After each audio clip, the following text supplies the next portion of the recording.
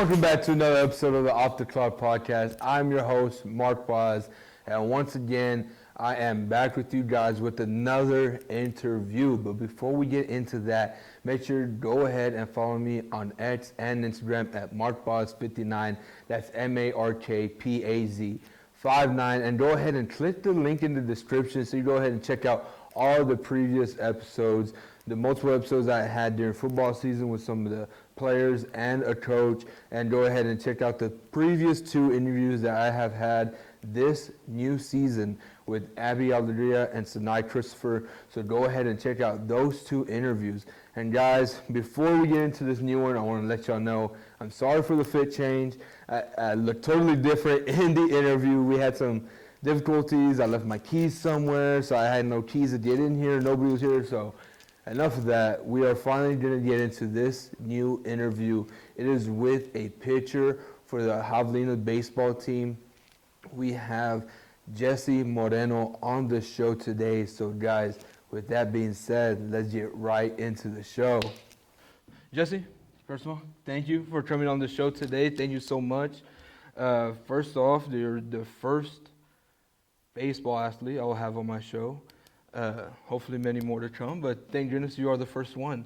And so first off, before we continue with the interview, first question I want to ask you is, for people who do not know you, do not know who you are, what's something you would like to tell them about yourself? Oh yeah, so my name is Jessie Moreno from Cypress, Texas.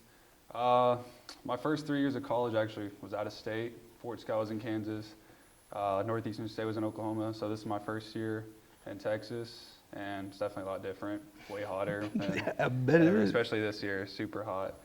But yeah, I've just been playing this sport my whole life. Went through a bunch of other sports growing up, but stuck with baseball when I got to high school, and yeah, just been doing baseball. That's it. So what or who was it that got you into baseball when you were younger? Definitely my dad.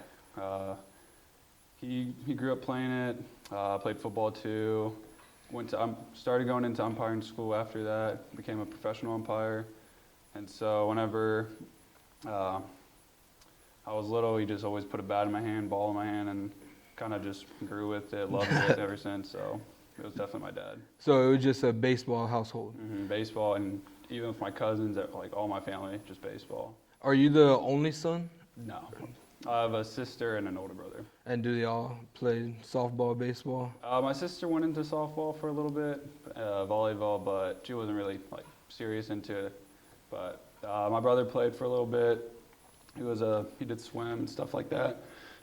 But I guess I was the main one to take it serious, and I have cousins still playing baseball right now. Yeah. So it always been, for you, it had been a baseball household. Yeah. And everything like that. And so when was it that you started taking baseball seriously? I'd say usually I always took it serious, but when I knew, like, to a point, it was probably like 8th grade, 7th grade. Whenever you knew that this was the sport that you wanted to play. And throughout that whole time, what others were you playing, like football and basketball? Or? Football, basketball. I even played lacrosse for a little bit. Lacrosse? Yeah. It's weird. How was lacrosse? It was fun. Is lacrosse actually fun? It was really fun. You know, it was just a bunch of my friends, and we're like, let's just try lacrosse. And we had a lot of fun. Was that middle school or high school? Middle school. When I got to high school, that's when I was like, I'm just going to stick to baseball. And I was supposed to play football like my freshman year, and I was like, well, I know I'm not going to go to college for football, so I'll just stick to. I mean, you got the size. You got the size to be. What'd you play? Receiver, corner, quarterback for a season. You got the size for it. It was just I was always, ever since from 5th grade to 8th grade, hurt every year. You're always hurt. Broken bone to something from football. From football. So is that what leads you? Yeah, it was like a talk with my parents. Like, I'm probably going to get hurt, and I don't want to do that. Yeah, especially whenever you already felt so good playing baseball, Yeah. You don't want to put that season into I didn't want risk. to risk anything, so they were like, yeah, or even my dad was like, I'm really glad you didn't play football, because I was a lot skinnier in high school, so I would have just got snapped from it. Yeah, I did some pictures, and from then to like now seeing you put on a lot of muscle since then. It's probably for the best. Yeah, right now, I wish I played football like 1 year in high school, but other than that, I'm fine with it. No, you're fine with. Yeah. I mean, you're playing college Yeah. baseball, so I think it's Can't all right. complain. And so, whenever you were at Langham Creek High School, how was your experience there? It was really great. Playing baseball with my friends growing up. I was a 4-year starter on varsity there, so it was really good. I did see there on Match Preps, you pitched a perfect game. I actually In high have no school? idea where that came from. No, you have no idea where it came from? Is that not true? No, I didn't pitch a perfect game. Golly. You know, I had that, and I was like, you know what, maybe he has a cool story to tell about it, but I wish. I guess not. My sophomore year, though, I did get second team all district, and then junior year, COVID shut us down, and senior year, first team all district for pitching and hitting. So you were class of 21. So am I. I was class of 21. So I went through that COVID experience also. How was it for you? Because that was our junior year, and I don't know how deep y'all were into the season, but I think we were like maybe 3 or maybe a month into the season already, and then they say that some games are going to get delayed, and then we just never go back. How was it for you? We're actually in the middle of the game when they shut us down. Like our principal or something came to the field. They're like, "Hey, you have to shut down COVID or something like that." And we're actually beating a team that was really good that year. And so we were super excited that year because we thought we had a really solid team. We were off to a hot start, and it kind of just sucked when they told us we had to shut it down because it always sucks for season ending, especially for the seniors that year. But with me personally, it kind of sucked because it was like a recruiting year for us and everything. So the recruiting rules changed, and it was just, I was just really excited for that year. Yeah, and then it just goes away. And like you said, it really did suck for the seniors because there were some seniors on my team that, I mean, some of them were actually doing really good at the time, and then the season just shuts down. So for y'all, like, y'all had to stop that game that y'all were playing. We were in like the 5th or something. Just like done. And they just go to the locker room and leave. Yeah, they're like, go change or try to get dressed as fast as you can and leave. And then we thought it was spring break too. Yeah, that's what it was. We're on spring break, and we're like, all right, we're gonna go back in a few weeks. Yeah, we'll be like, oh, school's canceled for like a day. Or like, oh, let's just go hang out. Like, oh, for a week, and then next thing you're like, oh, it's all completely out. You don't even go back to the fall You don't again. even go back, So everything got cut short, and it was honestly, it was a terrible time. But in high school, did you hit bombs? Did you hit bombs in high school? I mean, I definitely swing as hard as I can. Try. But my senior year, I had 3. I hit one my sophomore year, maybe 1 my junior year. Just a few. I wasn't like crazy with them or whatever, but I definitely tried to hit it. I played a little bit of baseball. You know, I played when I was younger. Then I stopped for a long while. I didn't play from probably like the 3rd grade, 3rd, 4th grade until my sophomore year, and I was starting somehow in varsity outfielder, my big old behind out there, and then it got to the point where they just moved me to DH. I'll tell you, Jessie, That's that the was best thing ever. terrible. That was a terrible thing, Jessie. I sucked. You know what my batting average was? And I told my coach, like, we were just sitting there one day, and I was like, Coach, what's my batting average? He was like, do you really want to know? I was like, well, yeah, I'm asking you. It was a 118. Maybe just a slump. It was a long slump. Just it was sophomore, junior year, terrible. I didn't play my senior year. I was better as a manager. I would even go to practice. I would go to practice with the baseball guys, but I like being a manager. Yeah, I was a senior at that time, so all the younger guys, they do whatever I tell them, so it was all right. Yeah, so that makes the farm way better. Yeah, I had seniority over them, so I tell them what to do and everything, and the coaches didn't mind. They're like, all right, yeah, sure, go practice with them. And so along this way, for you and your baseball career, what are some people or coaches you give a lot of credit to for your growth? Definitely, I've been going to this guy for lessons since I started playing. He was one of my friends, my dad's friend. His name's Alan Collier. He definitely had a huge impact for me, just getting the basics down, everything, besides my dad. But I've been going with him to work on pitching, hitting from, I'd say since I was like 6 or 7 probably. Damn. Till I was like, like a senior in high school. And you're 22 now. 22, yeah. And then when I got to summer ball, I had a lot of coaches impact me, from Zach Dillon, who's a coach at Baylor now. There's just a bunch of guys with the 12 organization that I played with in summer ball that helped me, had a lot of care for me. They still do with the organization, and my growth there was just unbelievable. And so they helped me with baseball to the person, that's everything. There's a lot of coaches I could thank then. Yeah. Even my junior college coaches, the things they did for me, what they thought or what they believed in me, and it was a lot of fun. I was really grateful for it all. And so, how was your recruiting process like? I mean, everybody is different. Everybody's story is different. How did you find yourself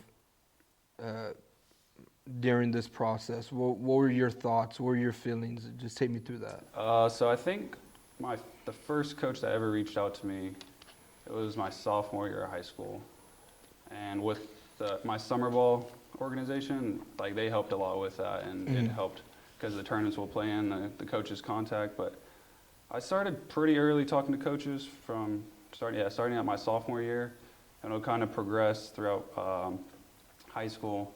And then after COVID, that's kind of how it all like changed and everything with the rules. Yeah. I didn't really get too much anymore until my senior year, or going into my senior year. That's whenever I just had junior college offers. And so after talking with my dad, I was like, this is probably the best thing for me to do, is go JUCO and not try to do like a D1 or university right out of high school. So I remember it was like, I had like a really bad summer, like going into my senior year, and we're down to like our last tournament. There was like a good amount of junior college coaches had the best tournament, and so that's where I got all like, it was literally like a week. It was like one was calling me like twice a day, and so just went on the visits over there, and just ended up liking Fort Scott more. Felt like it was the best fit for me. Yeah. So how whenever you see Fort Scott, I mean, you're from Cypress, Texas, and Fort Scott's up there in Kansas. Yeah. What are your thoughts about moving to Kansas? I remember the first time the coach talked to me after a tournament. He was like, I couldn't even remember the school name for like a while. I had to keep asking my friend that they were talking to, like, what's the school name? Then when he said it was Kansas, I was like, no way, I'm going up. Like, Kansas, no. Hate cold. I'm not going up there. Not going up north, whatever. And then we planned a visit. My dad was like, let's just go see it. Went up there, and I was like, wow, like, fell in love with it fast. It's a really small town, too. Yeah. We can't really do much. But would you say smaller or bigger than Keensville? way smaller. Way smaller than Way smaller. That's even worse. Yeah, but it was it definitely took like a couple months to adjust to get up there. But then after a few months, after you stop getting homesick, I actually liked it a lot. Kind of helped me like get like the adult life, like really living on my own. And that's what helped me, and I had a lot of fun up there. So being with all the guys up there helped a lot. How was your baseball experience there? How was it playing at Fort Scott? I loved it, every part of it. My freshman year, I was the game one starter all season, and then I would play in the outfield like third or fourth game, sometimes second, whenever they needed me to. Then sophomore year, I went into a back injury before the season, so they were kind of slow with me to get back in there.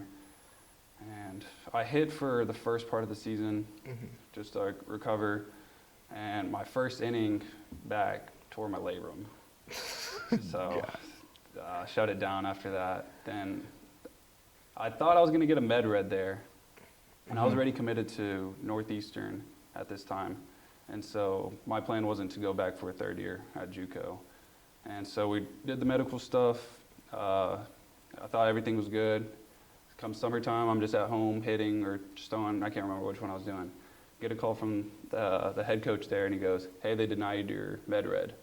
They're like, you could try to appeal it or whatever. They said I played like 0.5 more than the season. Oh, come on. Tried appealing it. Said no. Nothing. So, yeah. And so, did you end up staying, or did you still end up going to Northeastern? I ended up going to Northeastern. Northeastern. And so, during your time there at Fort Scott, what are some things that you like you either learned on or out the field during your time? Just learning off the field, just kind of how to be an adult. Yeah, like really have to figure out stuff on your own. Mm-hmm. And then on the field, just probably I'll just say really truly like building like a team connection with all the guys, and like taking in the moment. Like don't think too much into the future. Yeah. And I think that's what helped, was just not trying to stay like too focused on like performance wise, rather than just playing with the team and just having fun out there. And so now your time there at Fort Scott's over, and what is the process going into the portal now after spending a few years at Fort Scott? What was that like? It was kind of the same thing as like high school, because you could only stay at JUCOs for 2 years, and then it's just a repeat of the recruiting process. And so it's just coaches contacting you and everything, just going on visits, finding the one you want, signing the what is it called? NLI? NIL? Yeah, something like that.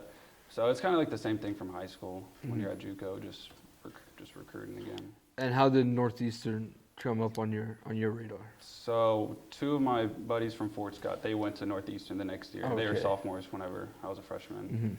So the coach talked to them, like, what guys from Fort Scott do you think we should go after? They told him my name and a couple others.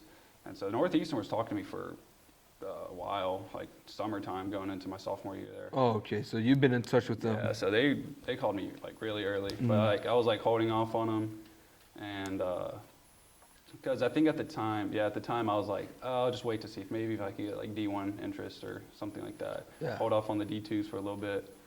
I just kept in contact with them, and I was like, let me just go on this visit, see how I like it. Larry committed like the next day or 2 days. Like, super cool. Quickly after visiting. Yeah. That's what happened to Fort Scott too. Yeah. Fort Scott went on the visit. Next day, flew back into Houston. Hey, I'm coming. But I've just heard a lot of good things about it. Felt really good with the coaches, the players there. And the only thing that kind of sucked was the 2 months like before move-in day at Northeastern, like a month. Coach calls me. He's like, "Hey, we're leaving. We're going to a different university." The coach. The coach that recruited me. So you don't even go in with the guy that brought you in. Yeah. So how was that like? It was kind of. I didn't really know the new coach until a couple weeks probably before move-in day, and I mean we heard like good things about him. Everything should be fine. I couldn't go back into the portal or try to do something new. Did you think about it during that? It was. I was talking to my dad and stuff, coaches, about it, what I should do. It was just kind of a hard situation because I was doing a recovery for my labrum. Yeah. And so at the end of it, we're like, let's just try it. See how it goes. Yeah. And how was it? How was your time there? It was still fun. There's ups and downs, of course, about it. But at the end of the season, I kind of came to the realization, like, I don't think it's the best fit for me. And so I'll just enter the portal and see what happens. And then now you're here at Temup. You go from Cypress to Kansas to Oklahoma, and then Kingsville. How did we come across your radar? How did we pop up across your face? So I was in the portal posting videos on Twitter. Everything I posted a lot, from summer ball clips to just normal bullpen times. And so what was the pitching coach here now, Coach Belly, when he was at UTSA last year, and I was also contacting schools. When he was at UTSA, I texted him on Twitter. I was like, "Hey, I'm in the portal, like this and that." Like, left me on red. Oh, come on. I was like, I had to try. All right, shoot your shot. So like a month later, he texts me back and he goes like, "Hey, what's your number?" And I was like, "Oh, okay." Calls me and he's like, "Oh, I'm actually going to Kingsville." And I was like, "Oh, okay." And our shortstop, Vincent Sanchez, I've known him for since I was like really long or Oh, really so young. you known him for a minute. So, and I was playing summer ball with him this past summer. Okay. So texted him and I was like, hey, Kingsville called me. Like, what do you think of it here? And he was like, just telling me all these good things about it. He was like, yeah, you should come. So I stayed in contact with them. It was between them and another school, kind of, or I guess, well, I think I was really close to committing to another school. Mm-hmm. And I was like, I'll just wait like a couple of days, like think about it more. Then, that's when Kingsville called me. Stayed in contact with them for a couple weeks. Came out to watch me pitch in summer ball. Talked more, and then, I just thought it was the best fit for me. So that summer ball, and I never knew how it worked for baseball players because y'all be playing on so many teams. At times it's just confusing. So that summer ball, how does that work? Are you playing for university or? No, it's just there's like certain leagues and stuff. Like I think, like my freshman year, I was supposed to go to Iowa and play in the certain league, and then it's just like a bunch of leagues all around. Okay. But since with me in the portal, I didn't really want to risk about like going far, or not really a risk, but there's a summer league like 30 minutes from my house. Mm-hmm. I was like, I'll just stay here, play summer ball, and I'll just get video and make sure, because I knew I would get like a good amount of innings too. So it's mainly just something for Just to the play. guys in the summer just to play. Yeah, just to play, just to do. Okay. And then there's like draft leagues too, though, like Cape Cod, the Northwoods. There's like top leagues. Oh, I see. And so you came, last semester or was it 2 semesters ago? Last semester. Last semester. So since then, how has your experience here I've been? loved it ever since. It's definitely the best decision I made to come here. Mm-hmm. Not even just like baseball-wise or just like the group of guys on the team is just, it really makes it way better. Badass atmosphere for you. Yeah. And so who on the team have you gotten close with? Well, I mean, you already said you know Vincent forever. I've known Vinny forever. My roommate, Nico Garcia, me and him been best friends since we were like 10. Oh, so a few of these guys you've known. Yeah, Ethan Campos. He went to a school in our district. Mm-hmm. We didn't really like talk though. Like I didn't really know him. I just knew of him. Got here. Me and him got close. Honestly, I'm pretty close with every single person. A lot of the guys, cool guys. You know, that's the one thing I've always felt about baseball. Baseball has always been that chill sport where I feel like everybody gets along. Mm-hmm. I feel like no matter what it is, they do. And so, throughout your career playing baseball, like, what has been some of the toughest moments in your career that you've had to overcome? Definitely injuries, slumps from hitting and pitching, like something just doesn't feel right or just not being my normal self. It kind of sucks. Mm-hmm. Like even last weekend, my outing against Tyler, really bad. So you just have to think like what I do wrong, but not overthink it too much where you're in your head trying to do too much. But definitely just, injuries, just bad performances overall. What are some injuries that you had? I know you said the torn labrum. Torn labrum. It was a small one, though, so I didn't need surgery, thankfully. Mm-hmm. Sophomore year, I had I can't remember exactly what they said in my back, but my back would just, like, tighten up really bad and, like, spaz out. Yeah. So, like, it would hurt, like, for any movement, and that put me away for, like, 2-3 months, maybe. Godly. Yeah, and it was just that. It actually came back last year at Northeastern in a scrimmage, like I was on the mound pitching, threw a ball, just tightened up. It would just tighten up, and every time, I had something like that in high school, where it would happen when I played basketball. When I would go up for a rebound, every now and then, I would have like a terrible back spasm where I'd just like fall to the floor. That's exactly what I did, and that. Since it happened again, I kind of like knew like what to do, what I shouldn't do, and that one only put me away for like a month, kind of. So it was just I haven't had like anything like too bad, like surgery wise. Yeah, nothing where you had to stay out for a long time. Yeah, except for I think my freshman year or going into my freshman year, I had surgery on my finger. What happened?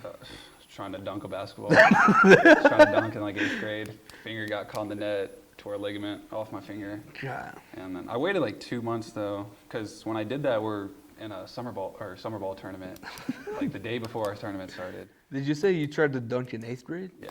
I was just trying to dunk. 8th grade? I wasn't even close. I was like, let me just try. How tall were you in 8th grade? Oh, I was super How tall are you now? You're what? 6 foot. 6 foot? Mm-hmm. I feel like you're taller than 6 foot. 6'1" max. 6'1" max. Like growing up, I've been like, I was always like the shortest. Like I don't know how I got tall.